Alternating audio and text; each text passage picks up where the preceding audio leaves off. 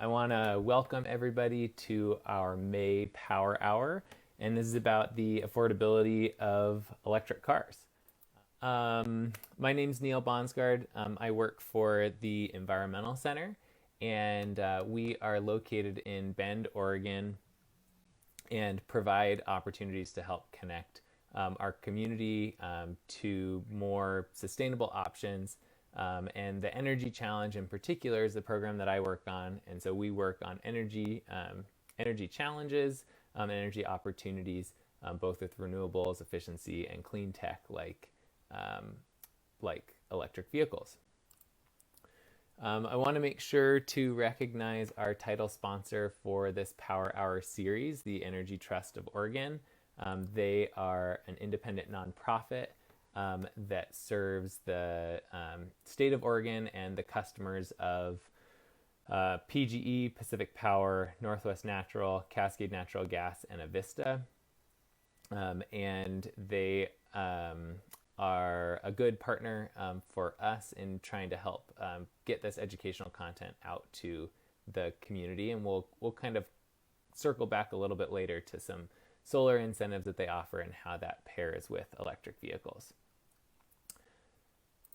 Okay, so what does today look like? First off, this is a live stream format.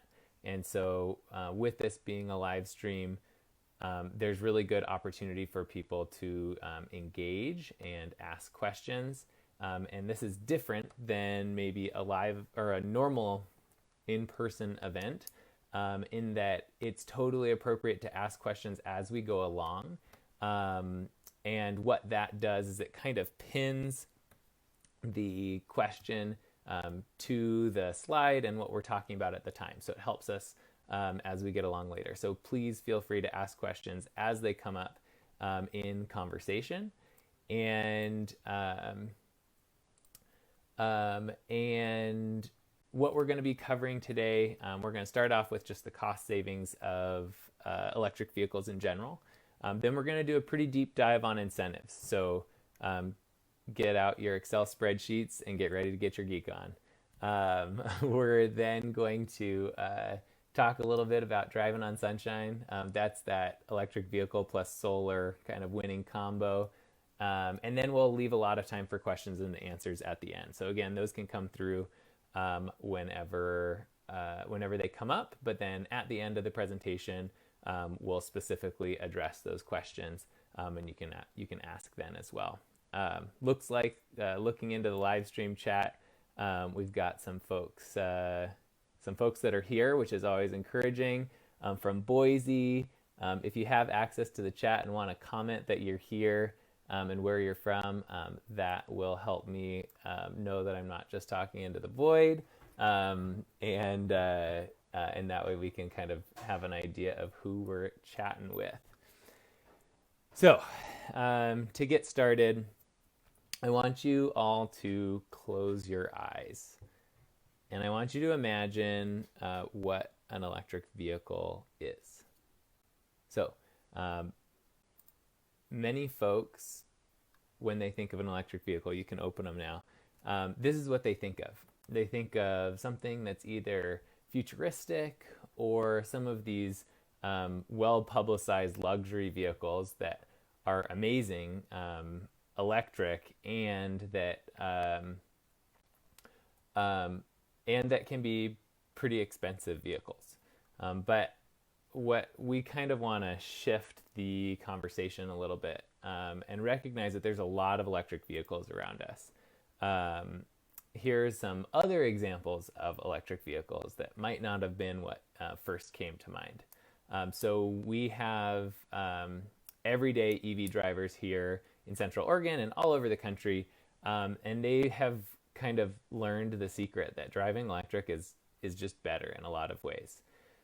So I'm gonna see if I can do a fancy live stream thing. I'm going to do a poll, and it's going to ask how much does the average American pay per month on gas. So It looks like we've got some people commenting in the live stream coming from Eagle Crest. Kelly's watching with her dog Luna.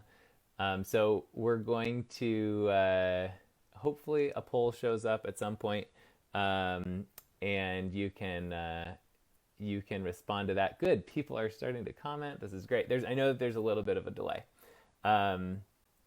So it looks like we have some smart folks in the room. Results are starting to come through, and this obviously results vary. So we're going to show results. Hopefully you all can see this. So it looks like folks were guessing somewhere between 75 and 175 bucks. And we've got some smart folks in the group because the average American spends about $120 a month on gasoline. So we also know electricity isn't free, but it is significantly less expensive. Most of the time it depends on your electricity rates and how expensive gas is at the time, but usually 3 or 4 times less than what it would cost to drive the same car in a gasoline version. So this is some pretty simple math, just talking about the initial costs. So yeah, $30 a month is a lot less expensive than $120 a month. And when you recognize that cost difference, then it really does open up a lot of kind of other opportunities. The average household in the U.S. spends about $9,000 a year on transportation. And there's also some other benefits. I didn't want to dive in too deep on this, but maintenance costs are significantly less expensive on an electric vehicle. The environmental center's had our Nissan Leaf for 3 years, and we've swapped out the tires just like we would on a normal car, and we've refilled the windshield wiper fluid probably like 3 or 4 times. And that's all the maintenance that we've done, because there's no oil changes, there's no transmission, there's just way fewer moving parts. And so you have a lot of benefits and opportunities there as well. So what about the battery? We got some questions before the live stream started about batteries, and especially when we start hopping into used vehicles, it gets even more important to ask about. So these types of questions have come up with every technology, because new technologies, you want to know what you're getting into, and we don't have a lot of data. But lucky for us, electric vehicles have been on the market for nearly a decade, and we're starting to get some good third-party data on battery life. And it looks like, we've learned some things with some of the earlier models, and on average, battery degradation is happening in a pretty reasonable manner. And these batteries are not expected to ever need to be replaced.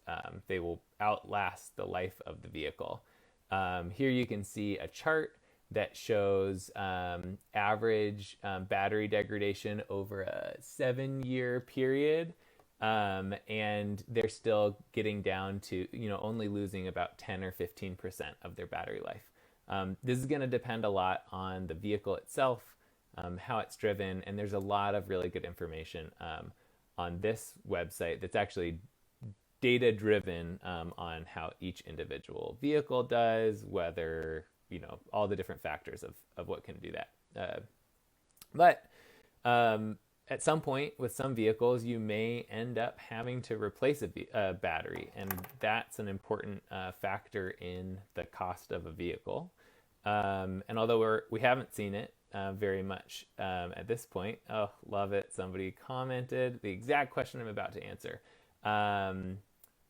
is what about battery replacements? So this is a Nissan Leaf battery. This is just one example.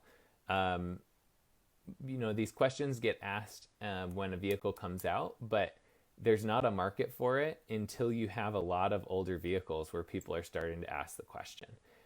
So we haven't seen it come up with very many vehicles because honestly, people haven't been needing to replace the batteries. But it's now starting to become possible. So this new company in Portland called EV Rides they just published their pricing for EV battery swaps.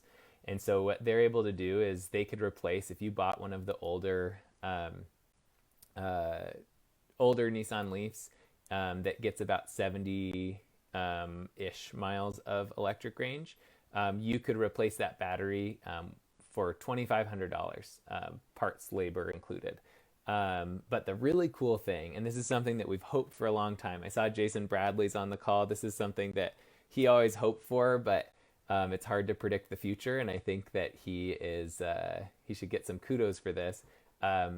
They're, with the Leaf in particular, they're not just replacing the batteries, they're actually able to upgrade them to the larger range batteries. So you could take a car that you bought with 75-mile range and upgrade the battery to 30 kilowatt hour, 40 kilowatt hour battery, and now get EV Rides also offers the full 62 kilowatt hour battery, which a lot of numbers, but you could take that car that got 70 miles of range and now take it to a modern 200 plus miles of electric range. Super, super cool. So, what do they cost to buy?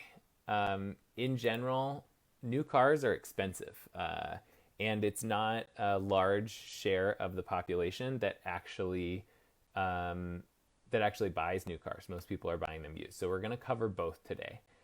Here's a chart. I know I'm not supposed to include charts in all charts and presentations, but this one I thought is pretty cool. This is from a website called Plugstar. It's a really good research website if you're in the market for a car, for an electric car in particular, and it incorporates cost savings and incentives, so you don't just see big get as much sticker shock. So this is a chart of the mileage, electric range on the bottom, and MSRP after incentives. And these incentives include all of the ones that we're going to talk about a little bit later. So you can see that there's vehicles available all around kind of moderate or well below the average 30 some odd thousand dollar price tag for a new vehicle in the United States. Just as a side note, these vehicles over here that look like they get really short range, most of these are plug-in hybrid, so they have an electric range and then switch over to be a gas car after that. All right, so that's for new vehicles, and we'll go into the numbers a little bit later. We're also in a really cool era where electric vehicles have been on the market for nearly a decade, and so we finally have a lot of used options available, which we didn't in the past. And so, many of these vehicles can be found for $10,000 or less. It obviously depends on the car that you're looking for, but I get asked the question of kind of where do you find these vehicles if you're interested in a budget or just a good working car. And the answer to that is the same places that you shop for a normal car would be a good spot to shop for a used EV. It does take a little bit more research, and to be fair to car dealerships and car lots, they are not, they don't sell a lot of these, and the questions are super specific about that car, about how long it takes to charge, how long it could drive, what the battery degradation is, and they're kind of catching up to learning on a lot of those things. If it's just a standard car lot and someone comes in and wants to trade in their car, upgrade to something else. So checking the local dealerships and car lots where you live, you might be able to find a used EV on there every once in a while. Team Kia in Bend has a Volkswagen e-Golf, a used one available right now. And the other place that you can look is the same place. I don't know. I shop for cars on Craigslist. And so it's important to figure out what you want first. The other really cool thing that we have access to in Oregon is there are now dealerships that just sell electric cars. There are 2 of them in Portland now, Platt Eco Car and EV Rides both just sell EVs, so you can go there and know that you're going to talk to somebody that knows everything about electric cars and used electric cars and lifespan and all of that, and also test drive multiple vehicles at the same time. But you'll notice on the slide, Bend Electric Vehicle Club, I wanted to highlight a friend of mine that was interested in an electric vehicle, and she saw a car, was interested, tried reaching out, and really connecting in with current drivers is really the best place to get those answers. And so the Bend Electric Vehicle Club has a Facebook group. This is a great spot. I was just looking through old posts and people asked questions about, hey, I'm interested in this car. Does anybody have one that I could come take a look at? This was pre-COVID. This is also the group that we partner with to host in-person events to do some more education about what vehicles are out there. So next, we're going to talk about incentives. So we're going to go into the weeds a little bit on incentives, but the long story short, you can get up to $12,500 off of a new EV, and there's even incentives for used EVs in Oregon for income qualified folks. We're going to go through all of the details for this, so get your questions hats on because I'm sure that I'll skip something. There's a way to make them apply in more cases than you'd expect. So the first piece of this we're going to talk about is the federal tax credit. The federal tax credit is based on battery size, but in general, it's about, for a full electric car, it's a $7,500 tax credit. And then depending on the battery size, if you get down into some plug-in hybrids, it could be $4,000 or somewhere around there. Like the Subaru Crosstrek plug-in hybrid gets a $4,500 federal tax credit. There's a couple of important caveats to this. Number one, if you don't have a $7,500 tax liability, you can still take advantage of this by getting a lease, and then the dealership takes the tax credit and they pass that through to you by lowering the purchase price of the car, pretty universally on that. That's what we did at the Environmental Center because we don't have a tax liability as a nonprofit. Another piece of that is you'll notice in this chart that not everybody has the federal tax credit available. So Tesla sells a lot of electric vehicles and they get a lot of press. And so Tesla's actually run out of the number of electric vehicle federal tax credits they can give out. And so has General Motors. So if you are interested in a Tesla or a Chevy Bolt, you have to look at other incentives that the manufacturer might be offering. But for every other car manufacturer, you still have access to that full federal tax credit, even though a lot of folks think that it's been all used up. Make sure to ask questions about the federal tax credit and those specifics. So next we're going to talk about the state rebate. So we are acting as the OCVRP, or the Oregon Clean Vehicle Rebate Program partner. And our role here at the Environmental Center is to help share information about this rebate program in Central Oregon. It is a very unique and innovative program that I'm really proud to be able to share with all of you. So what is the OCVRP? It's a two-part rebate that can provide up to $5,000 off of the purchase or lease of electric vehicles. There are two rebates. There's the standard rebate and the charge ahead rebate, which we'll go into more details. And they're available to Oregon drivers and residents. And we've kind of covered the why electric piece a lot, but this is a wave of change, and we all want to hop on. They can be basically zero maintenance. Fun fact, in Oregon, there's 1,600 public chargers at 600 different locations in Oregon for public charging. So I mentioned that it's a two-part rebate. The standard rebate is up to $2,500 off of a lease or purchase of a new electric vehicle. There's 2 tiers depending on battery size. We'll cover that a little bit later. And then the charge ahead rebate is an income qualified rebate for low to moderate income households. We'll also cover in the details of that, but a lot more folks qualify for that than expect that they do. And these can be stacked on top of each other or combined together, sorry. So then you could end up with $5,000 coming back from the state to help you make that transition to electric. And it's also important to point out that this is a rebate, not a tax credit. So tax liability doesn't play into this, and the rebate comes back as a check. Okay, so who qualifies? This is it depends on the program. So for the standard rebate, which is the one that's available for new vehicles, that is eligible for residents, businesses, nonprofits, and government agencies. Everybody, or all those groups, are eligible.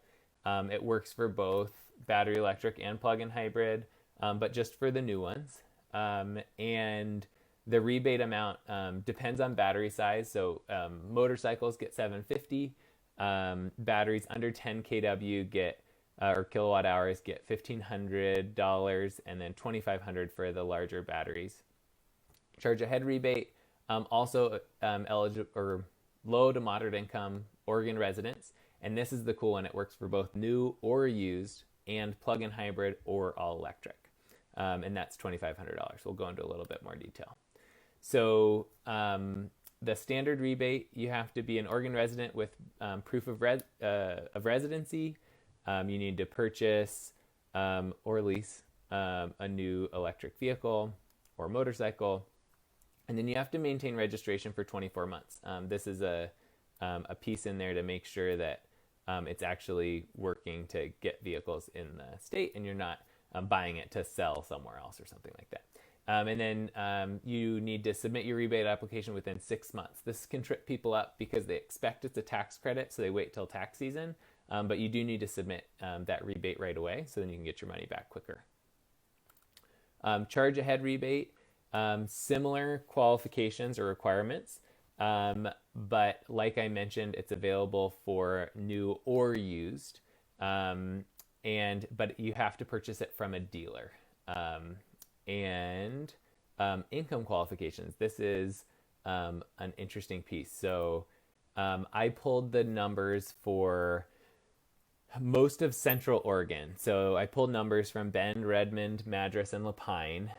You can go onto the website to actually put in your address and see what the income qualifications are depending on where you live. But the charge ahead rebate is if you're in a household of one, the income limit is over $70,000. And this varies depending on where you live in the state, but $70,000 is a pretty high bar. That should include more than half of the population to really help both low and moderate income households kind of hop into buying an EV, so they get that additional $2,500 off. Also important to remember that businesses, nonprofits, and government agencies are eligible for this rebate as well, for the standard rebate for new vehicles. Both battery electric and plug-in hybrid vehicles qualify for the rebate, and the standard rebate, this is an example of how the battery size is the differentiator. So this is the Prius Prime and the Subaru Crosstrek plug-in hybrid. Both of these have smaller batteries, less than 10 kilowatt hours, so they get the reduced amount. And then these vehicles, the Nissan Leaf and the Chrysler Pacifica plug-in hybrid minivan, both of those have big batteries. Even though it's a plug-in hybrid, it still has enough battery capacity that it gets the full 2,500. Interestingly, vehicles that are over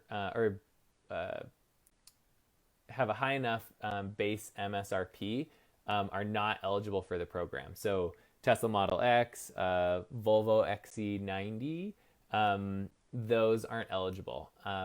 The Tesla Model 3 does fit in the into this program just under that threshold, and it is based on the base MSRP, not your total MSRP with options and all of that. So the full list of vehicles is available on the website, on this website. And electric motorcycles are also eligible for $750 off, like the Zero motorcycle that I know Henry Abel loves to drive or ride. Okay, so applications are found online. Quick reminder, 6 months to apply for that. And there's an income eligibility on the website.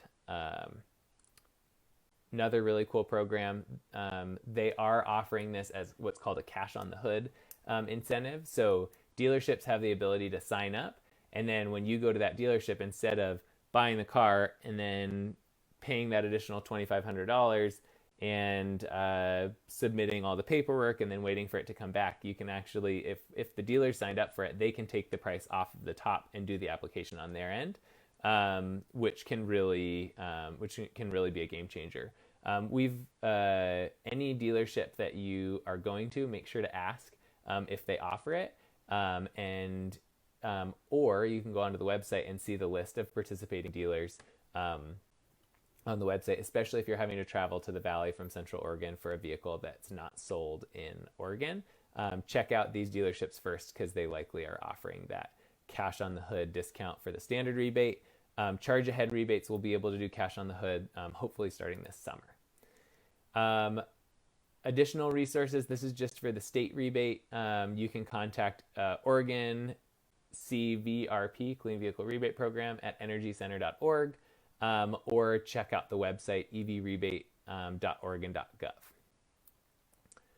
Okay, so there are additional incentives available for folks still sticking around with us that are important to factor in as well. Utility discounts. Always check with your utility and reach out to them if you're interested in buying an electric vehicle. Some of them offer discounts for purchasing an EV. Some of them will do group buy discounts, and or offer time of use or discounts on installing charging equipment, or time of use charging. So PGE does a pretty good time of use charging for EVs.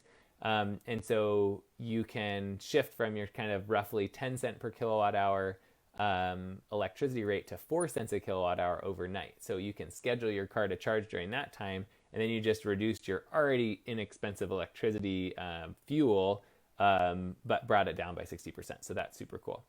And the federal charging incentive is just available for this. It's just available for this year, and that can cover 30% of the cost of installing charging equipment for your house, or for businesses as well. For the house, it's 30% up to $1,000, and then for commercial, it's 30% not to exceed $30,000, and that's a tax credit when you do your taxes next year. If you did it in the past, reach out to me and I can talk to you more about those details, or ask them in the chat. And then dealer discounts are also really important to look at. Looking at the base MSRP isn't really fair. Just a quick look around this morning, I saw, although the Bolt doesn't have the federal tax credit, they're offering over $8,000 off of the new car. So it's important to check on those as well, because you can find yourself a good deal. If you really want to be an overachiever, and you really want long-term affordability with your transportation and your house, solar and electric vehicles could be the solution. So we've seen a lot of folks that have solar then consider buying an EV, or they might even build their system larger to anticipate a future electric vehicle. And then a lot of folks that get an electric vehicle then consider, wow, it'd be really nice to charge on Sunshine, clean up the power that they're driving on, and also, provide some long-term affordability and price stability for charging their vehicle over the long run. So the Energy Trust offers, Energy Trust of Oregon, the sponsor of this event, offers incentives for solar. Check with a local solar installer to see what incentives might apply. But another really cool piece of this, right? We're talking about used vehicles as well. We're talking about there's opportunities for moderate income households to get a larger incentive on the EV. And the Energy Trust actually has a really innovative program called Solar Within Reach. And that also provides moderate income households with a significantly higher rebate on their solar installation for those moderate income households. So you could get all of these incentives all paired together to really make transportation and energy less expensive. Okay, so I saw a number of questions come in, so we're gonna hop to questions, answer questions for a little bit, and then we are going to, I'll finish up with some announcements of exciting events coming up relating to electric cars and other power hours. So we'll switch to questions, and here we go. So switching over to questions. If you have them, just go ahead and ask them in the chat box. And I'll try to address them on here. So I'm going to start scrolling through. One of the questions that came up was, is it possible to replace my 2017 battery with a 2020 with longer range? So this is definitely possible. It depends on the vehicle, but for the Nissan Leaf in particular, the battery, I don't know if it was intentional or just really lucky, but the battery tray is the exact same size regardless of the which size battery they built into the car, so they can actually unbolt and rebolt a new one. So those upgrades right now are only available regionally at EV Rides in Portland, but I do know that there is Michael Wallace at Cascade Carcraft in Bend is also looking to do similar things. He's just trying to find sourcing and all of that stuff. Okay. Are old batteries recyclable? Also a really, really good question. So thanks, Dad. So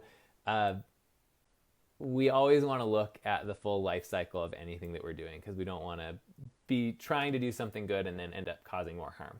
So batteries have a lot of use in them in their life. So even if you had an old battery or older battery that was no longer working for you and you did an upgrade, part of that upgrade is that the company that's doing that swap is actually going to be taking your old battery, and they're going to be testing each individual pouch cell and finding the ones that can still be repurposed in other places. And so we're seeing, we again don't have a ton of them on the market right now, but we're seeing them being used either for new battery packs or even getting reused for other battery storage situations. So like getting repacked for a home battery storage system, or in Japan, Nissan took some to power some solar powered streetlights. So lots of really cool opportunities there. Some questions about how long it takes to get your rebate from DEQ after you submit the paperwork. So again, if it's cash on the hood, if the dealer's in, then you get it right away. So that's great. Always ask for that because that's a really awesome program to have involved. Lauren replied saying that it took about 6 months. That's the lead time that we've kind of been at for a while. But they do have new systems and new staff in place to work through that backlog and get it back quicker. But remember, 6 months is still way quicker than waiting for a tax credit when it comes back to taxes. So that's really good. Another question is the rebate considered taxable? And no, it's not. Patty asked models about models that are all-wheel drive or SUV. I don't have a whole bunch of pictures on my slideshow, but there are the current models that are all-wheel drive are the all Tesla models have an all-wheel drive variant. The Mitsubishi Outlander plug-in hybrid is a popular full SUV style car that has four-wheel drive. The Subaru Crosstrek plug-in hybrid is also all-wheel drive. And then SUV, there's kind of crossover SUV vehicles that I would also check out, the Kia Niro and the Hyundai Kona as kind of higher off the ground, larger cars. Okay. Can I get rebates if I buy out my lease? The purchase of the vehicles already happened with a lease, so all the incentives are already there for that. And environmental imperfections of battery disposal. Yeah, so this is part of the important full life cycle, is understanding disposal, and the recycling industry is trying to find valuable metals that are in things. So luckily, batteries will have, there's continued need for more batteries. And so they're at a super premium to get reused first. And there are recycling opportunities that are able to break those down into their component parts to be able to reuse as well. Got a question about recharging at a public station. Great to hop into those. So there are 3 different ways to charge. Level 1 is with a regular wall plug in your garage. Just a regular outlet, and that will charge in about or give you about 5 miles of range per hour that you're plugged in. So if you're not daily driving more than 50 or 60 miles a day, then that can be totally adequate. Level 2 charging is where you see a lot of like cafes. Pine Mountain Sports has level 2 charging. Deschutes Brewery has public charging. Level 2 charging will get you about 20 to 25 miles per hour that you're plugged in. And then DC fast charging is really your kind of road trip chargers. And road trip chargers can get you charged. You don't want to stop for a couple of hours to charge your car, 5 hours to charge your car if it's full, or if you're fully empty.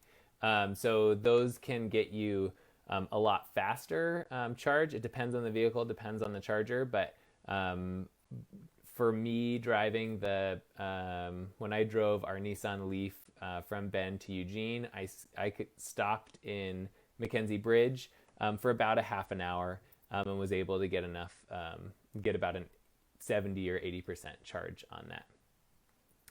All right, it looks like our questions are wrapping up here. So I want to remind you that you can continue to share all of this online, and I'm going to talk about a couple of other upcoming events that we have